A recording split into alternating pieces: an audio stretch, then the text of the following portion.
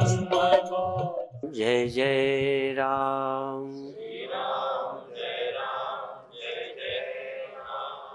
श्री राम जय राम जय जय राम।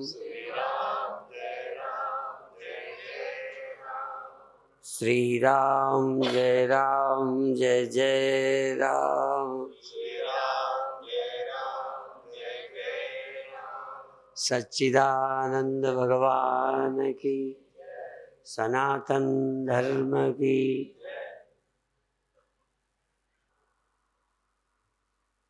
आप जैसी अवस्था में हैं पहले इसको देख लें।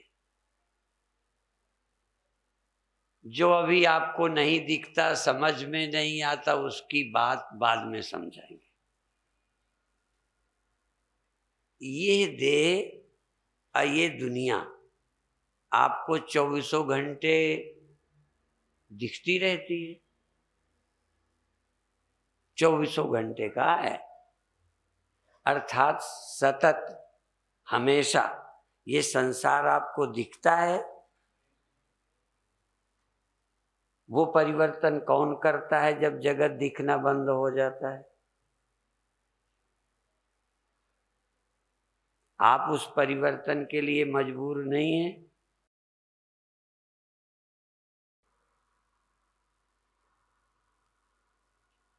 जैसे देह जो आपको जागृत में दिखता है, ये देह आप इसको बचपन से देख रहे हो। यूं तो पेट में रहा तब का तुम्हें होश नहीं, छोटे का भी बहुत होश नहीं है, पर कुछ समय से होश है। जब आप जगते थे तब इसको छोटा देखा होगा, फिर ये बढ़ता गया है। ये आपके हाथ में है ना? बोलो, नहीं है? अच्छा, किसके हाथ में है? किसी नेता के, अभिनेता के, अच्छा साइंटिस्ट के? नहीं, किसी के हाथ में नहीं है ना। हाँ, अच्छा, जो ईश्वर के गाली देते हैं कि कोई नहीं है, उनके हाथ में नहीं है। ईश्वर का गाली देना तो उनके हाथ में है, गाली देने में स्वतंत्र हैं, पर इस सृष्टि के नियम को चेंज करने में उनके बाप समर्थ नहीं।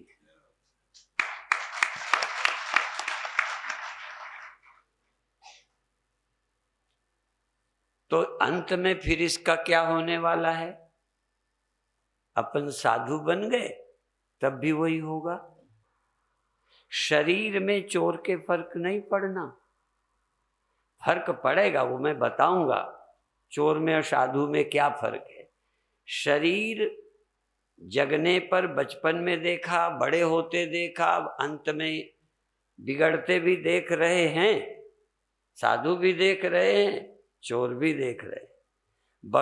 इसके परिवर्तन बिगड़ने को न साधु रोक पाए और न चोर। बस चोर में सब शामिल कर दो, जो मैं ना गिनाऊं, ठीक है? और ना रोक पाए हैं पहले, ना भी रोक पा रहे हैं। अच्छा, हजारों साल बाद तो ये संभव हो जाएगा? नहीं। और यदि ये संभव हो जाएगा तो हम धर्म का प्रचार छोड़ देंगे।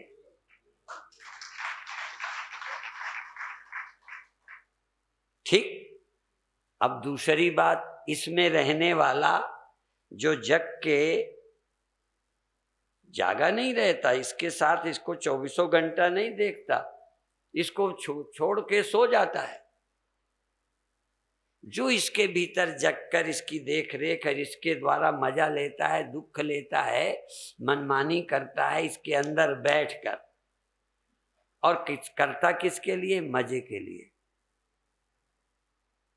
अच्छा, बुराई से बुराई क्यों की है?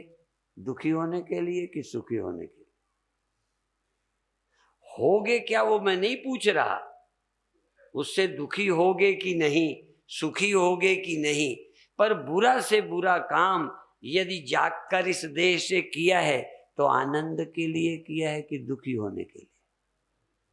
ठीक है ना? और थोड़ी देर को सफलता शायद चोर को भी, पापी को भी मालूम पड़ती है कि मैं सफल हो रहा हूं, लेकिन अंततो गत्वा रोते हुए गए हैं।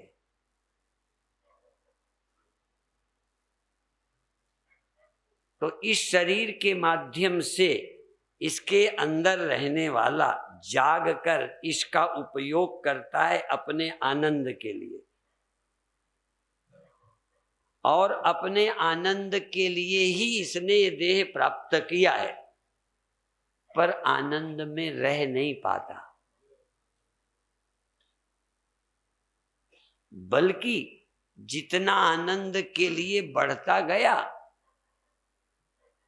एक लाइन कभी लिखी थी, है तुम्हें इस ओर आना और तुम उस ओर धाए।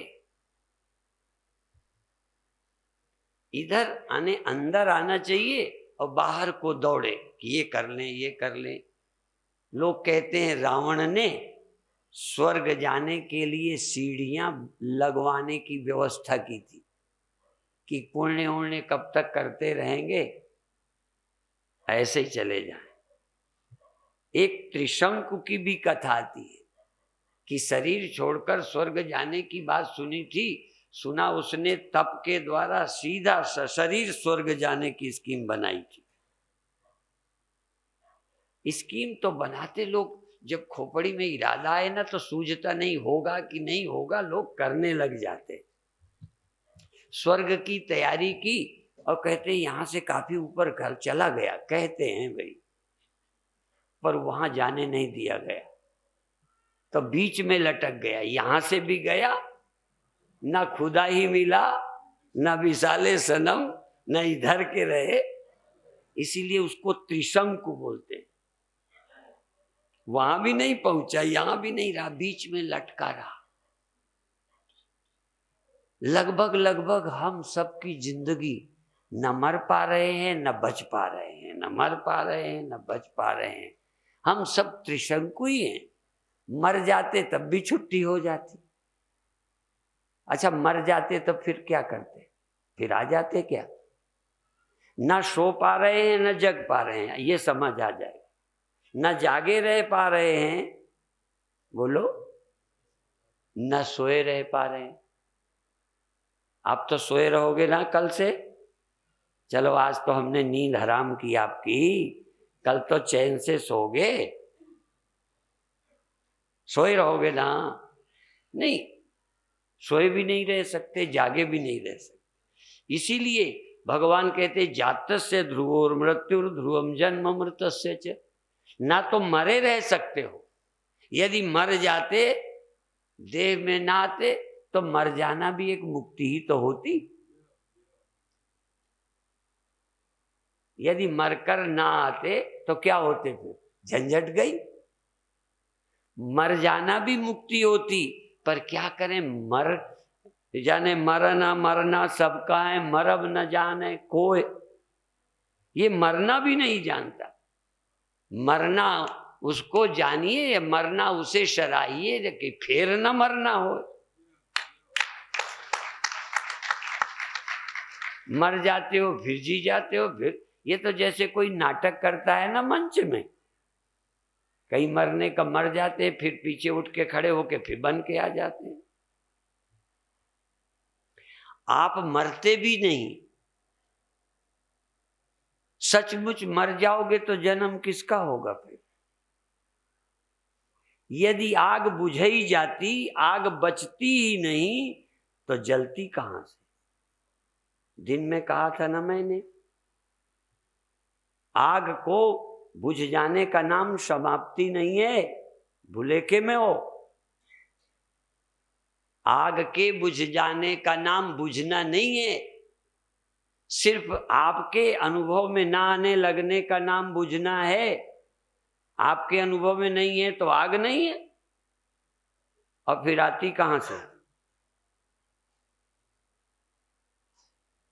इसलिए आग का जन्म मरण दिखता है, आग बनी ही रहती है।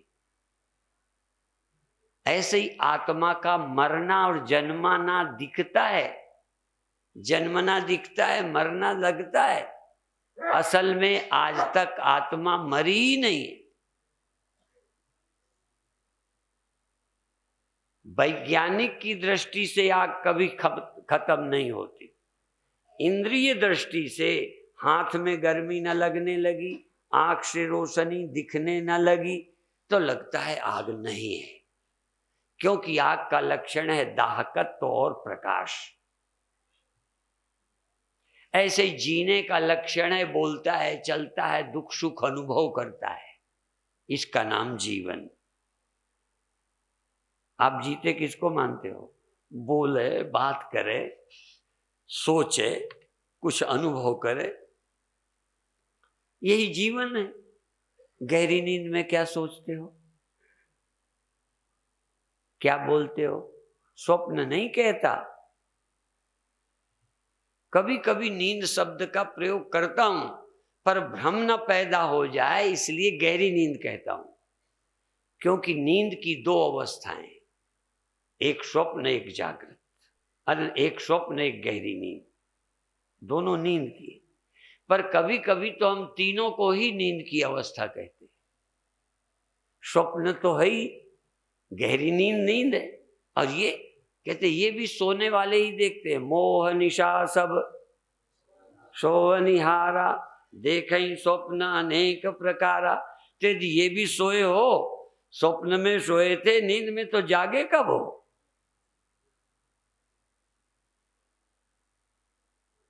कहते हैं, हाँ, शंकराचार्य कहते हैं, जागृति को वा सद विवेकी। जो सत क्या है, न रहने वाला क्या है, बदलने वाला क्या है, सदा रहने वाला क्या है, सदा रहने वाले को भी जो जान ले और न रहने वाले को जान ले, उसका नाम जागा है, विवेकी। जागृति को वा सद विवेकी। नींद खुलने का नाम जागना नहीं है। सारे ग्रंथ उठाओ, कहेंगे जागना चाहिए, जागो। उत्तिष्ठत जागृत प्राप्य वरान निबोधत, क्षुरस्य धारा निशिता दुरत्यया, दुर्गम पथस्तत् कवयो वदन्ति। उत्तिष्ठत, उठो, जागो। क्यों जागो कहते हैं? अब हम कहें जागो तो कई इसमें मनचले खड़े हो जाएंगे कि बाबा हम सोए, तुम्हें दिखता नहीं है? हम देख रहे हैं, बैठे हैं, सुन रहे हैं। तब भगवान हम आपसे पूछेंगे, स्वप्न में नहीं सुनते, स्वप्न में नहीं जगते, स्वप्न में नहीं मिलते, स्वप्न में नहीं खाते, स्वप्न में नहीं लड़ते, तो क्या उसे भी कहूं जागे हो? यदि इस तरह के व्यवहार का नाम जागना है, तो स्वप्न वाला क्या जागा नहीं है? जगत दिखाई पड़े, इसका नाम जागना है? जागना उसका नाम है जिसमें परमात्मा भी दिखाई पड़े।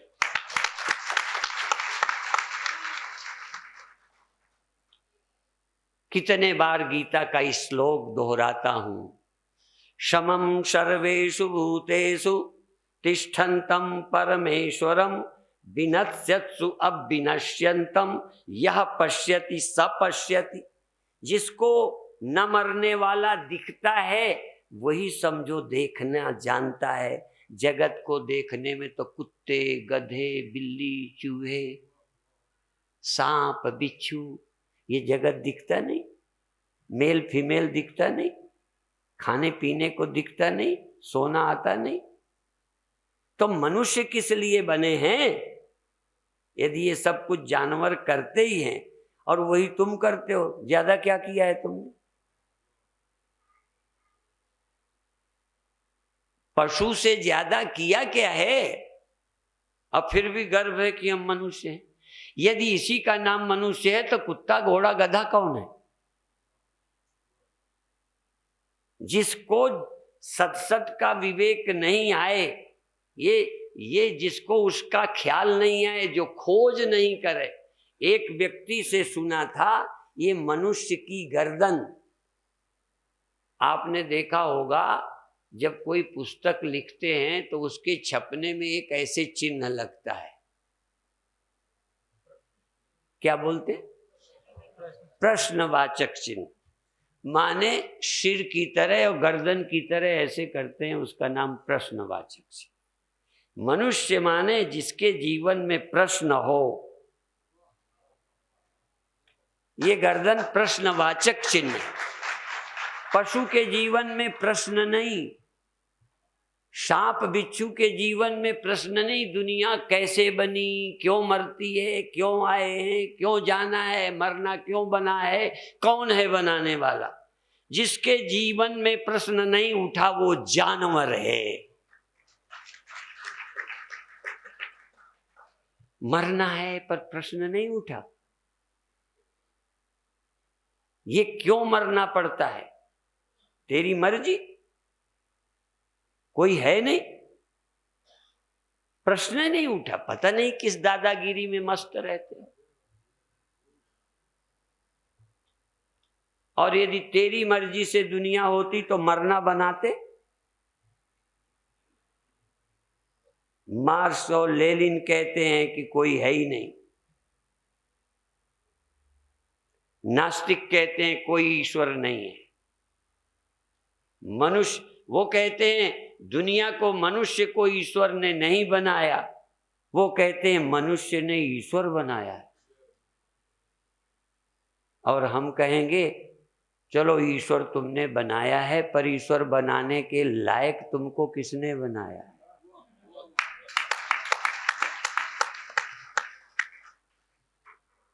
जिंदगी आनंद बनेगी खोजोगे तब।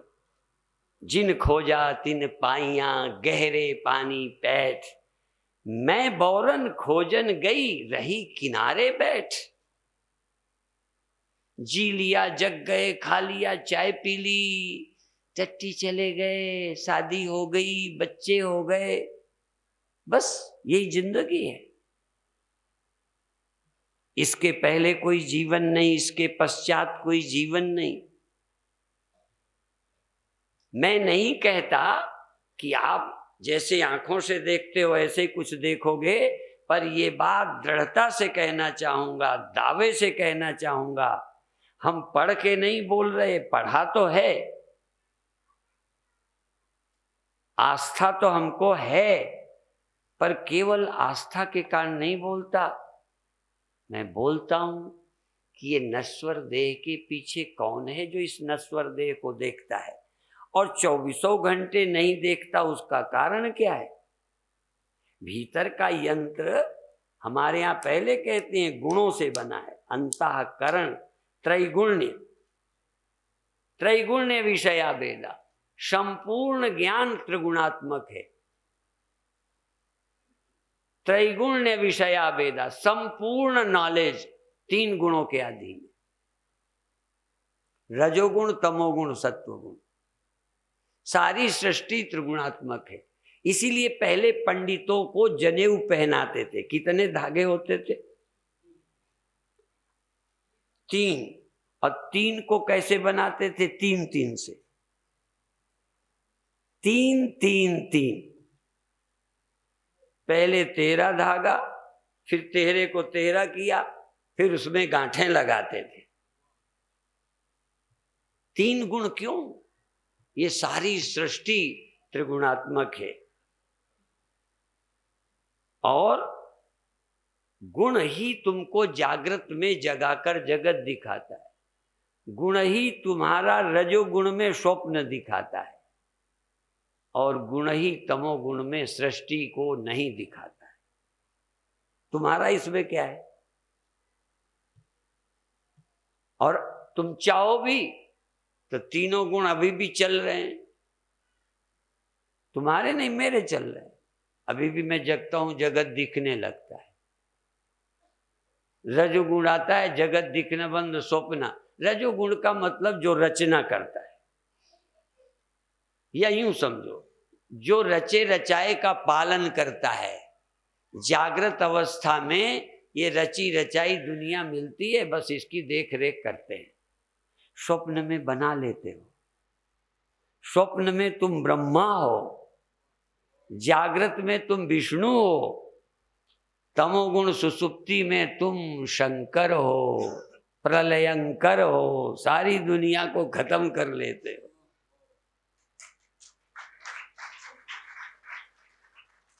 जहां जागृत और स्वप्न दोनों को खा के निद्रा, महाप्रलय और निद्रा, जहां दुनिया नहीं वहां भी। अब ये 3 अवस्थाएं, रामायण में 3 अवस्था 3 गुण ते कपास्ते काढ़। हमारा कोई ग्रंथ उठाओ जो कहानी नहीं है। लोग रामायण को कहानी समझे, जैसे लोगों को लगता है एक था राजा, एक थी रानी, फिर दोनों मर गए, खत्म कहानी।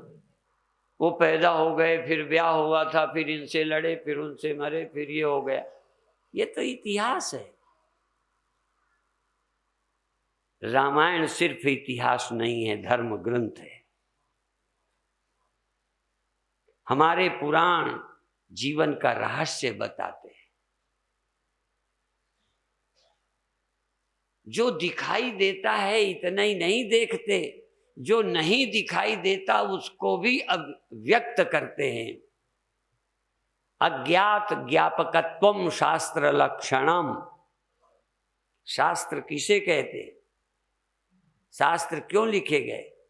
अज्ञात ज्ञापकत्वम, जो सहज इंद्रियों से ज्ञात नहीं होता, जो अपने आप जानने में नहीं आता, उसके जनाने के लिए शास्त्र लिखे गए।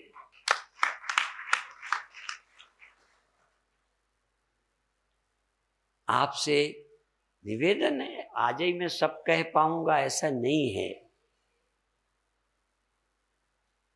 जिसने जीवन का अध्ययन कर लिया उसके लिए कहते हैं कि कुछ जानना बाकी नहीं रह जाता। सृष्टि का रहस्य उसके सामने खुल जाता है। शास्त्र, जो ईमानदारी से जीवन साधना में लगता है, शास्त्र उसके अंदर खुल जाते हैं, अपने को प्रकट कर देते हैं। भगवान भी उसके सामने स्पष्ट हो जाते हैं, पर्दा नहीं करते। और साधु भी, जो साधक मिल जाता है, गूढ़ तत्व न साधु दुरामहि, आरत अधिकारी जहां पावे। आरत और अधिकारी, आर्थ दुखी तो बहुत मिलते हैं, पे अधिकारी नहीं मिलते। देखो, मृत्यु से, रोग से, गरीबी से, हीनता से, अहंकार से पीड़ित हैं, सब पीड़ित हैं। क्षण भर को भले फूले फूले फिरते हो। एक बात आज प्रसंगवश कह दूं, बड़ा से बड़ा आदमी किसी पद में हो, चिंता से मुक्त नहीं होता। पर विष्णु पदम अवाप्नोति भय शोकादि वर्जिता। विष्णु पद की महिमा है कि जिसमें भय नहीं होता, शोकादि। देखो, देह मिला है, देह मिलने से आपको कोई भय तो नहीं है? जल्दी नहीं, सोच के बोलना। नहीं भय होगा तो हम रोड पे ले जाएंगे तुमको। तुम कह भी दो ना। हाँ, कई लोग सोचते हैं हम वक्ता को छकाएंगे। हाँ, कई लोग ऐसी बातें पूछते हैं कि वक्ता की आफत कर दें। कई ऐसे प्रश्न करते हैं जो वक्ता के बाप को भी उत्तर ना आवे।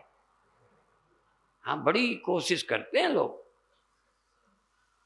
तो खैर, शरीर मिला है, बहुत प्यारा है, पर भय से मुक्त नहीं करता।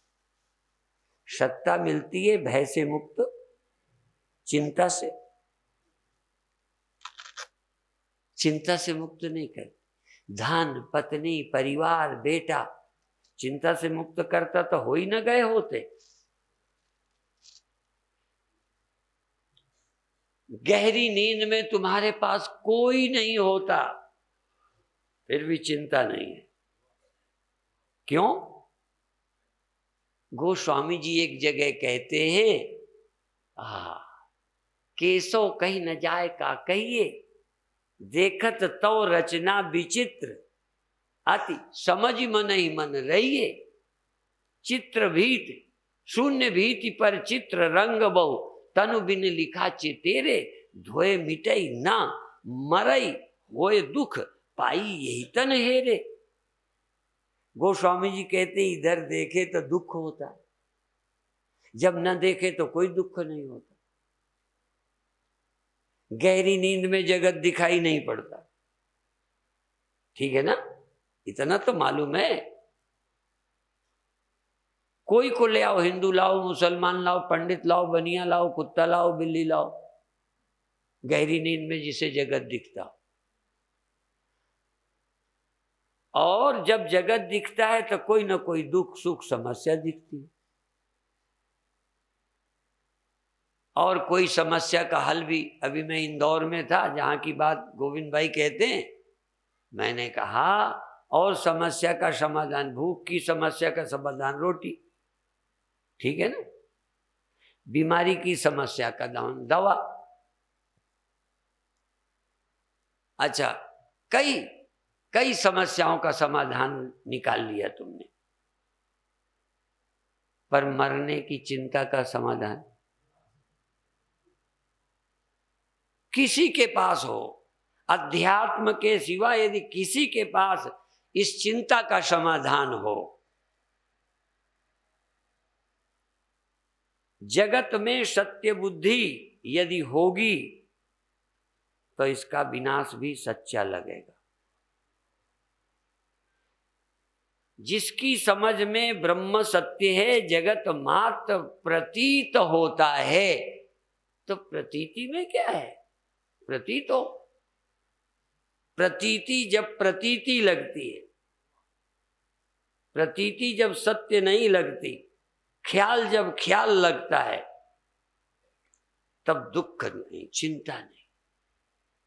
तो फिर मैं कहता हूं, अभी तो ज्ञान नहीं है, समाधि नहीं हुई, परमात्मा नहीं मिला, पर भगवान ने कहा तुमको चिंता मुक्त होने का नमूना तुमको दे के भेजते हैं।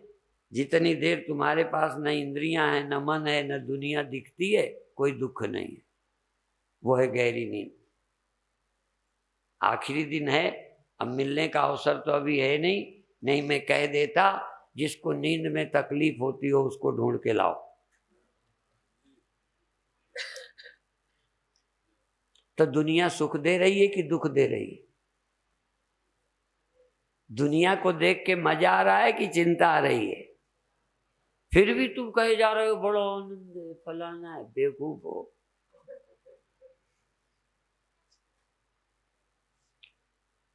मैं नहीं कहता भूखे को रोटी मिलने से आनंद नहीं आता, मानता हूं, ठंडी में कपड़ा ओढ़ने को मिले तो आनंद आता है, क्योंकि दुख जाता है। पर ये ठंडी क्यों लगी बिना देह के? भूख क्यों लगी? पहले जूं पैदा करो, फिर जूं मार दवा बेचो। पहले जीवन प्राप्त करो, फिर मरना देखो, फिर अमरता का उपाय करो। यदि देह नहीं दिखता तो मृत्यु दिखती, पहली बात। कल्पना करो जब देह नहीं था तब मृत्यु थी। लेकिन तुम ये बता दो, मेरी मृत्यु नहीं होती ये अनुभव था? ये दूसरी बात है। यदि मृत्यु नहीं दिखती तो अमृत दिख नहीं सकता। यदि देह नहीं तो मौत नहीं दिखती, और मौत नहीं दिखती तो अमृत का अनुसंधान नहीं होता, और अमृत का अनुसंधान नहीं होता तो जन्म मरण रहित आत्मा का अनुभव नहीं होता। इसलिए ये सृष्टि मारने के लिए नहीं है। लोग पूछते सृष्टि क्यों बना दी भगवान ने, बिना मतलब हम झंझट में पड़े। एक तो कहते हैं भले बना दी, अभी तो मजा ले रहे हैं, और कई लोग रो रहे हैं क्यों बनाई, जब मरना ही था तो क्यों बनाई? अच्छा, जब तुम्हारे बच्चों को मरना है तो क्यों पैदा करते हो? तुम ही बता दो क्यों पैदा करते हो। तो हमारे गुरुदेव हंसी में कहते थे, रहा नहीं गया इसलिए पैदा कर दी, रहा नहीं गया इसलिए सृष्टि हो गई। और गुरुदेव तो ये तक कहते थे, बहुत बड़ी बात है पर जरा अच्छी नहीं लगती पर कह देता। गुरु जी कहते थे ईश्वर को भी लुक लुकी लगी रह नहीं पाया तो दुनिया पैदा कर।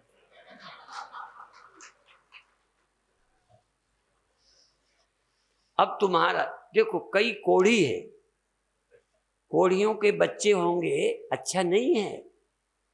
डायबिटीज, एक बेटी को डायबिटीज है 400 से ऊपर, अभी शादी नहीं हुई, अब शादी करने का उसका मन है, अब क्या पैदा करेगी। कई के तो गर्भ में आके बच्चा नहीं पैदा हो पाएगा, मर जाएगा। यदि पैदा हो जाएगा तो डायबिटिक माँ से बच्चा डायबिटिक पैदा होगा, और जिंदगी भर पहले तो माँ रो रही है, अब बेटा रोएगा, पर मानेगी नहीं। तो मैं आपसे पूछता हूं, आप अपना बच्चा अविनाशी पैदा करोगे कि नाशी? झूठ नहीं बोलना। तुम बच्चे को जन्म देके मरने दोगे या बचाओगे? यदि कोढ़ी को, यदि डायबिटिक बच्चे को पैदा करेगा तो ना करे। और तुम ही अभी मरने से परेशान हो, तुम मरने वालों को और लिस्ट बढ़ाए दे रहे हो।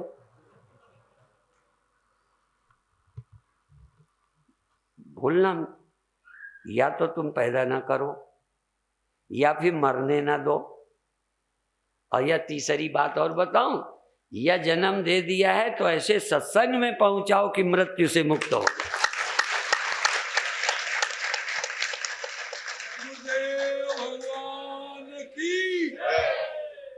तो एक काम आप कर रहे हो जन्म देने का, ईश्वर और तुम जन्म देने का काम कर रहे हो, गुरु जन्म मरण की चिंता से मुक्त करने का काम कर।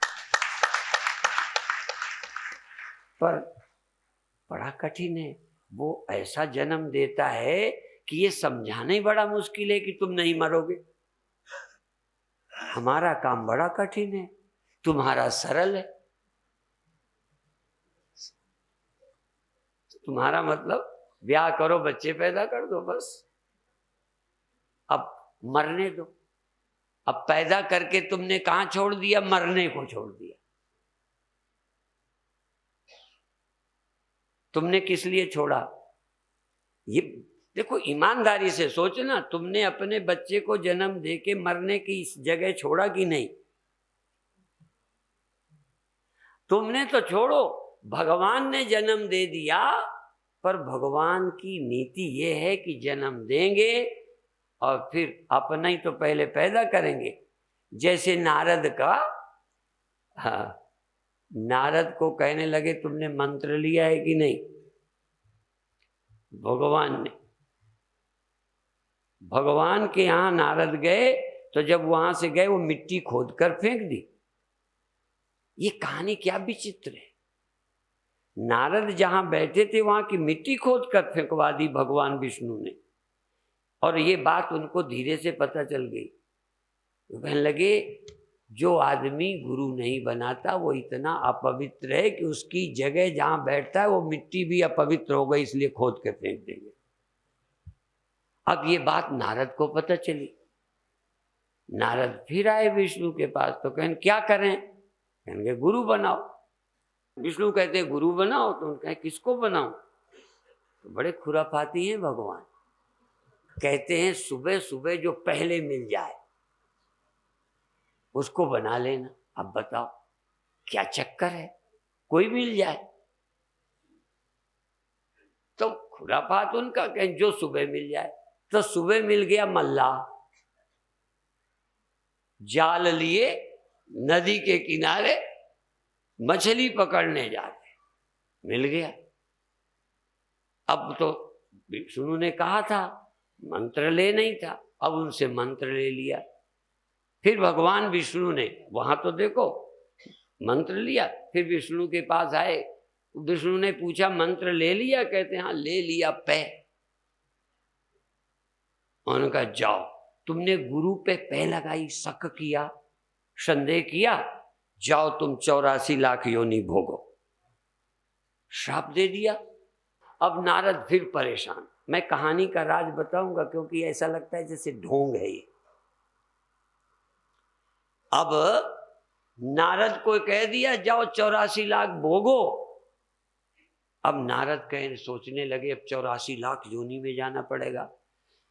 फिर गए, फिर विष्णु से कहते हैं गुरु जी के पास गए। कहने लगे अब ये श्राप से कैसे मुक्त होऊंगा? कहने गुरु के पास जाओ। फिर उसी मछुआरे के पास भेज दिया और आप इधर विष्णु बन जाए और उधर मछुआरा बन के खड़े हो जाए। खुराफात, इधर फंसावे उधर गुरु बन के खड़े हो जाए। इसीलिए लोग कहते हैं कि परमात्मा ही गुरु बन करके आता है। वसुदेव सुतम देवम कंस चाणूर मर्दनम देवकी परमानंदम कृष्णम वंदे जगद्गुरुम। अब विष्णु भगवान ने कहा, मछुआरे के पास गए, कहते हैं मेरे से गलती हुई, मैंने तुमको पै लगा दी, तो भगवान ने श्राप दे दिया कि गुरु पर पै लगा दी है, अब तुम 84 लाख योनियां भोगो। अब मैं क्या करूं? तो फिर गुरु ने, क्योंकि विष्णु ही तो थे ना, उन्होंने कहा देखो तुम भगवान विष्णु के पास जाओ और 84 लाख योनियों का श्राप दिया है, उनसे बनवा के लाओ सब योनियों का नक्शा। और जब वो नक्शा बना देना, बता दिया गुरुजी ने, जब वो नक्शा बना दें तो उसमें लौट जाना, सब में लौट के चिकल आना। और 84 लाख योनियां बनवा के उनमें लुढ़क लुढ़क के आ गए। हाँ, अब विष्णु से कहते हैं कि आप ही की बनाई ये है, आप ही की बनाई ये है, मैं तो सब में जन्म ले चुका।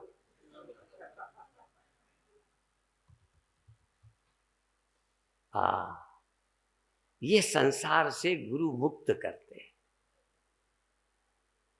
मुक्त करने के लिए है गुरु, केवल मुक्ति देने के लिए गुरु है, चिंताओं से मुक्त। देखो रोटी खाते अमीर होके चिंता से मुक्त नहीं होगे, कुछ करके। यदि चिंता से मुक्त होगे तो परमात्मा को पाके मुक्त होगे। और देखो परमात्मा सृष्टि बना के सबको दिखा के आप छिप जाता है, फिर क्या करता है? आप तो छिप गया, फिर गुरु बन के आकर भगवान को दिखाता है। इसलिए भगवान सब कुछ देता है, अपने को छिपा लेता है, और संत सब कुछ हटा के भगवान को दिखा देता है। इसलिए ये माया जनित रूप का नाम का निषेध करके, निषेधावधि देह का और अंतःकरण की वृत्तियों का निषेध करके आत्मदर्शन कराता है। अंत में थोड़ी सी बात कहेंगे। चित्त की वृत्ति, वृत्ति अंतःकरण की वृत्ति ही जागृत होती है, अंतःकरण की वृत्तियां ही बदला करती हैं, अंतःकरण की वृत्तियां ही नींद में लय हो जाती हैं। इस वृत्ति के अवभाषक हमारे गुरु भाई ने एक कीर्तन लिखा था, मुक्तानंद अम्बुनिधि में ज्यों लहरी विश्व विचारो जिसमें नारायण बोले। मुक्तानंद अम्बुनिधि में लहरी विश्व, लहरें विश्व है, मुक्तानंद सागर मुक्त आनंद है, उसमें लहरें संसार है। और संसार क्या है? वृत्ति है, जागृत वृत्ति, स्वप्न वृत्ति, निद्रा वृत्ति, और क्या है? और योग दर्शन क्या देता है? योगस चित्त वृत्ति निरोधा वृत्तया पंचतया, 5 तरह की वृत्तियां होती हैं, स्वप्न वृत्ति, निद्रा वृत्ति, जागृत वृत्ति। हाँ, ये सब वृत्तियां हैं। तुम कौन हो? मैं वृत्ति नहीं हूं, वृत्त्यावभाषक। मैं वृत्तियों का अवभाषक हूं, वृत्तियां मुझसे चमकती हैं, पर गड़बड़ क्या है कि वृत्तियां मुझसे चमकती हैं, मैं वृत्ति की तरह चमकने लगता हूं। जैसा हूं तैसा नहीं चमकता, वृत्ति की तरह चमकने लगता। इसलिए योगश्चित्त वृत्ति निरोधा तदा द्रष्टु स्वरूपे अवस्थानम। और बाकी क्या है, यदि वृत्ति का निरोध न हो तो वृत्ति सारूपम इतरत्र। सदा वृत्ति का रूप, वृत्ति रूप भासता हूं। जागा भासता हूं, स्वप्न भासता हूं, दुखी भासता हूं, सुखी भासता हूं, सोया भासता हूं। क्यों? मैं जैसा हूं तैसा नहीं भासता, वृत्ति सारूप्य, सदा वृत्ति की तरह भासता रहता हूं। जैसे मिट्टी मिट्टी की तरह नहीं, घड़े की तरह, मकान की तरह, ईंटे की तरह भासे, ऐसे ही आत्मा ब्रह्म की तरह नहीं भासता। ऐसा ऐसा ऐसा ऐसा भासता रहता है, जबकि रहता ज्यों का त्यों भासता है। जैसे सूर्य को हिलता, शीशा हिला दो, रिफ्लेक्शन हिल गया। सूर्य को स्वयं सूर्य नहीं दिखता, रिफ्लेक्शन दिखता है। और रिफ्लेक्शन दिखेगा तो जैसा शीशा होएगा तैसे ही दिखेगा। पानी में चंद्रमा हिलता दिखेगा, छिन्न भिन्न होता दिखेगा। जहां है वहां तो नजर ही नहीं आता, पानी में दिखता है। आप अपने को नहीं देख पाते, आप अपने दर्शन वृत्ति में करते हो, और वृत्तियां बदलती हैं तो तुम भी अपने को बदलता परिणामी देखते हो। बड़ी मेहनत है कि तुम वृत्ति के अनुसार न देखो। तब देखो, अब कुछ भी करो, जागृत में जागोगे जगत दिखेगा, स्वप्न दिखेगा, नींद हो जाएगी जगत नहीं दिखेगा। ये भी सब वृत्ति का है। ध्यान में करोगे तो वृत्ति जैसी होगी तैसे दिखेगा। प्रयत्न क्या करना है? मैं वृत्ति के अनुसार नहीं हूं, वृत्तियां बदलती हैं, मैं वृत्तियों का अवभाषक, साक्षी, अभिकारी, अपरिणामी हूं। अभिकारी, अपरिणामी। इस चैतन्य सत वस्तु के जानने से मुक्ति प्राप्त हो जाती है। अभी टाइम तो हो रहा है, तो चलो आज 5 मिनट ज्यादा ले लेते हैं। हाँ? दिए हुए टाइम से ज्यादा तो फिर तुम्हारा है, यहाँ के व्यवस्थापकों का है, ठीक है ना? हाँ, हमें तो आप लोग टाइम देते हैं ना, आपका दिया हुआ छपा हुआ टाइम। तो अपन चाहते तो यही है, पर अच्छा कोई आदमी रुपया बांटता हो और उसका टाइम हो 6:30 से 8:30 बजे तक बांटेंगे, और मान लो कोई देर में आए या अभी और लेने हो तो क्या करोगे? टाइम बढ़ा दे कि नहीं? अच्छा, टाइम बढ़ाने से यदि दिल दुखता हो तो समझो घाटा लग रहा है, और टाइम बढ़ाने से खुशी हो तो समझो कोई लाभ हो रहा है। एक पहचान की बात है। और कभी कभी जब हमारी रोटी कम पड़ जाए ना अन्न क्षेत्र में, तो घड़ी देखने लगते हैं कि कैसे टाइम पूरा हो जाए तो लंगर बंद कर दें। क्या करें? नहीं तो अपनी नाक कटेगी कि रोटी कम पड़ गई। हाँ, तो अभी प्रवचन तो कम नहीं पड़ा, पर फिर भी मैं ये भी सोचता हूँ यदि एक दिन ज्यादा भी बता देंगे। कभी कभी हम बोलते हैं कम खाने वाले, सुना है मैंने, जो कम खाते हैं, थोड़ा खाते हैं, वो ज्यादा खाते हैं। जो ज्यादा खाते हैं कम खाते हैं। ये उल्टा है। कहीं ज्यादा खाते हैं वो कम क्यों खाते हैं? कहीं ज्यादा खाते हैं वो सब निकल जाता है, खाते क्या है? लूज मोशन हो जाता है। ज्यादा खाने वाले कम खाते हैं, कम हजम करते हैं, कम शक्ति बनती है। पर जो थोड़ा खाते हैं, हाँ, पहले हमें याद है जब बुखार आता था तो वैद्य लोग अनशन करा देते थे, उपवास कराते थे। जब भूख लगती थी लगता था आदमी को खा जाए, तो उन दिनों क्या देते थे? लौंग डाली हुई मूंग की दाल का पानी, दाल भी नहीं, पानी। तो लगता था इतने से क्या होगा, पर जब लेते थे तो लगता था ताकत आ गई। उपवास करने वाले नींबू पानी शहद सचमुच ना खाएं, और फिर जब नींबू पानी शहद ले लें तो लगेगा जैसे ताकत आ गई। उपवास के बाद पानी में ताकत है, और खाने के बाद खाने में भी ताकत नहीं रहती। खाने के बाद खाओगे तो और ताकत निकल जाएगी। इसलिए प्रवचनों में भी बहुत सुनने का नहीं, रोज सुनने का है। रोज थोड़ा, एक दिन घी पिला के पहलवान नहीं बनता, रोज छटाक भर मिले, समझे ना। तो इसलिए निरंतर सुनना चाहिए, निरंतर स्वाध्याय, स्वाध्यायान मां प्रमद, स्वाध्याय में प्रमाद नहीं करना चाहिए। रोज समय निकालकर अच्छी पुस्तकें पढ़ो, सुनो।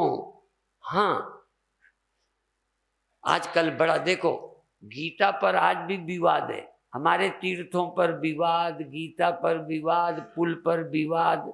जानते हो ना कि राम का बना है कि नहीं।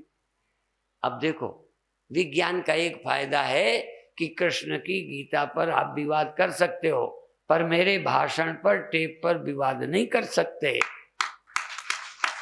कि स्वामी परमानंद का नहीं है। समझ में आई। इसलिए कलयुग में एक प्लस पॉइंट है कि मेरा प्रवचन मेरा समझकर ईमानदारी से सुना जा सकता है, कोई घपला नहीं। हाँ, मेरी कुछ लाइनें काटी तो जा सकती हैं, पर मेरी लाइनें बढ़ाई नहीं जा सकती। इसलिए आज तुम उन प्रवचनों को सुनकर जीवन में धन्य बन सकते हो। एक बात अंतिम ध्यान की कहूंगा, चैतन्य अहम वृत्त्यारूढ़ होकर, अहम वृत्ति में बैठकर, जैसे मिट्टी घड़े में बैठकर, अच्छा ये जान के कैसे कहूं, मैं बताऊंगा, कोशिश करूंगा। मिट्टी घड़े में बैठकर घड़ा बन के पानी भर रही है, चलती है, किस में बैठकर, घड़े में बैठकर, घड़े की आकार में बैठकर। अच्छा, आकार पहले था जब बैठी है, मिट्टी बैठने के लिए पहले आकार बना के बाद में बैठी है, हैं? नहीं। एक बार हम पंजाब में गए, सच्ची घटना है बिल्कुल, बता दें। वो कहने लगे पंजाबी लोग कि हमारे यहाँ एक यूपी के महात्मा आए, तो कहते थे नारायण हरि। तो उसने पंजाबी माता से पूछा कि माता जी सब्जी क्या चाहिए, कहें भोजन चाहिए, कहें मैं अभी लाती हूँ। उन्होंने पूछा संत ने कि भाई सब्जी दाल बनाई है, उसमें प्याज तो नहीं डाली। तो पंजाबी माता ने कहा नहीं, मैंने सब्जी में प्याज नहीं डाली, ईमानदारी से सब्जी में प्याज नहीं डाली। और ले आई, रोटी लाई और सब्जी रख के दिया। संत ने खाया तो पहले ग्रास में प्याज। तो संत ने कहा माता तू हमसे झूठ बोलती है, इसमें तो प्याज डाली है। कह मैं आपसे क्या, किसी से झूठ नहीं बोलती, संत से क्या बोलूंगी। कहने लगे तो मैं झूठ बोलता हूं। मैं तो ये नहीं कहती कि आप झूठ बोलते हो, पर ये सच है कि मैंने सब्जी में प्याज नहीं डाली। कहने क्यों? कहने लगे सब्जी ना बैंगन की थी, ना आलू की थी, ना मेथी की, मैंने जो सब्जी में प्याज डालती, मैंने तो प्याज की ही बनाई है। समझ में आया? तो घड़ा किसी चीज का बना होता तो मिट्टी रहती, वो तो मिट्टी ही घड़ा बनकर दिखने लगी। ऐसे ही ये चैतन्य ही जीव बनकर, चिदाभास बनकर, व्यक्ति बनकर चमकने लगता है बिना बने। यह चिद विवर्त है ये जग। हाँ, चिद विलास, चिद विवर्त, चैतन्य वृत्ति में, माया वृत्ति में जैसी वृत्ति उनमें वैसा ही वैसा चमकता रहता है। यहाँ आ गया, वहां चला गया, इधर हो गया, उधर हो गया, ज्यों का त्यों वृत्ति में वैसे ही चमकता है। इसलिए जब चित्त की वृत्ति स्थिर हो जाएगी, जैसे घड़े की उपाधि खो जाएगी, तो मिट्टी किस में रहेगी? अभी तो घड़े में है ना। मान लो घड़ा मिट जाए तो रहेगी कि नहीं? कहाँ रहेगी?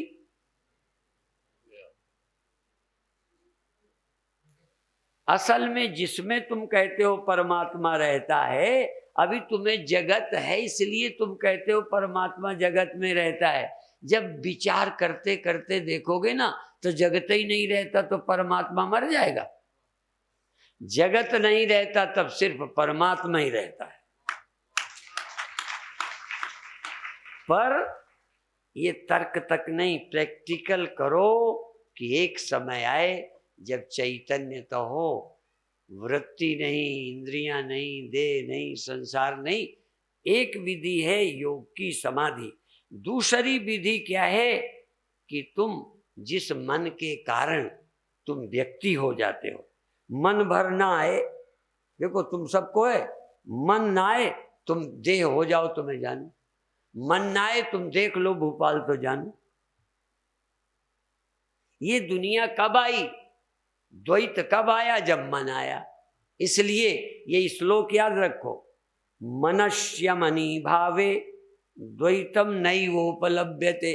मन के अमन होने पर, मन के ना होने पर कहीं कोई द्वैत नहीं है।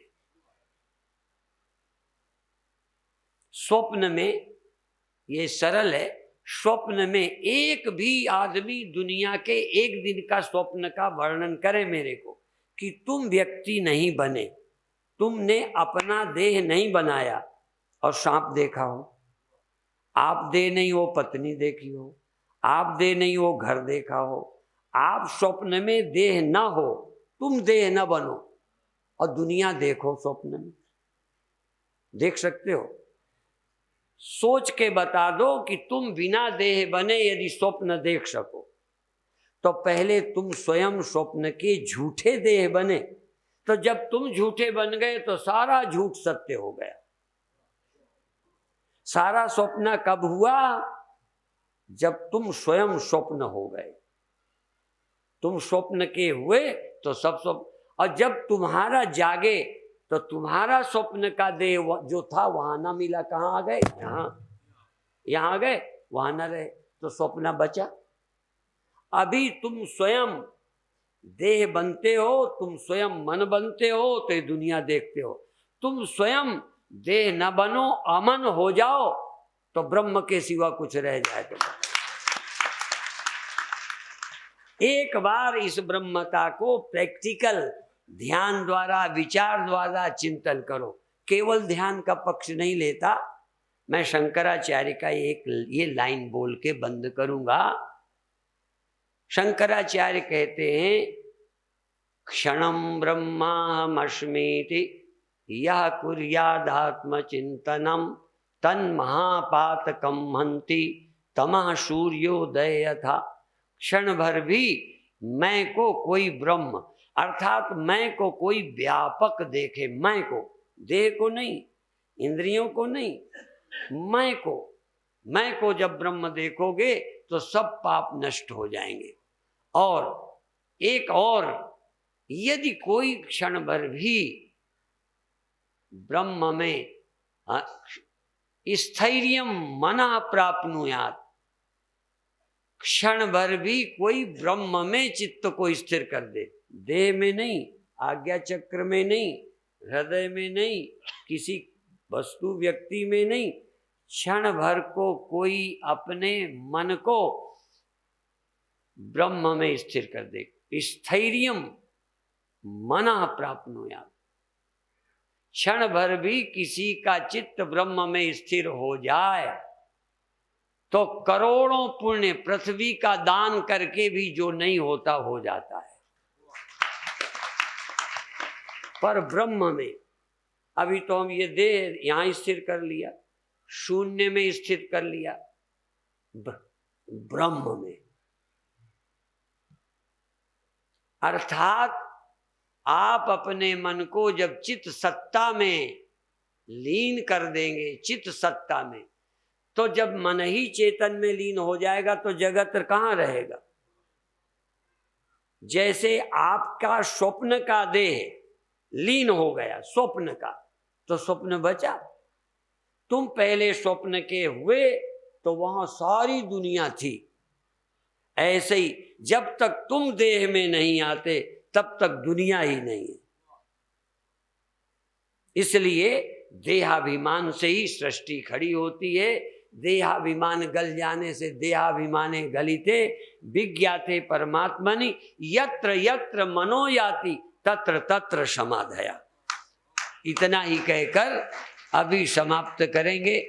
इसी को विस्तार से आपके दिमाग में बिठाएंगे, आपकी चिंताओं का नाश करेंगे। हमको भी और कुछ नहीं, और कुछ नहीं कर पाए हम जीवन में, और कोई सफलता नहीं मिली, किसी लायक नहीं है।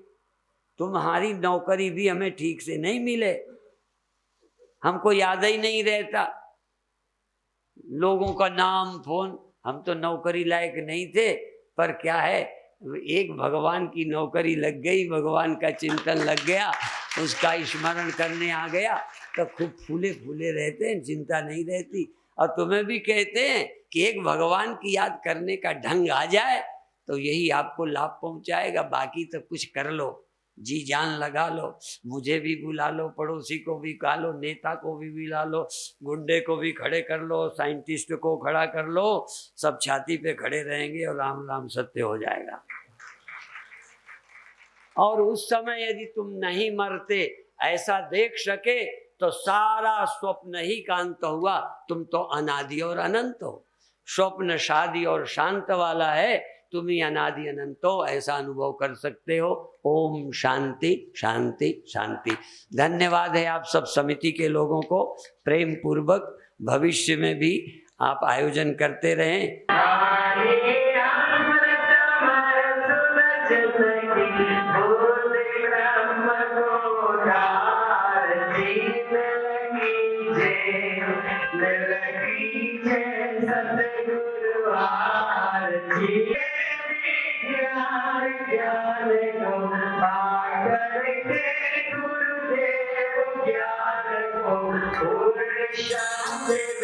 शांति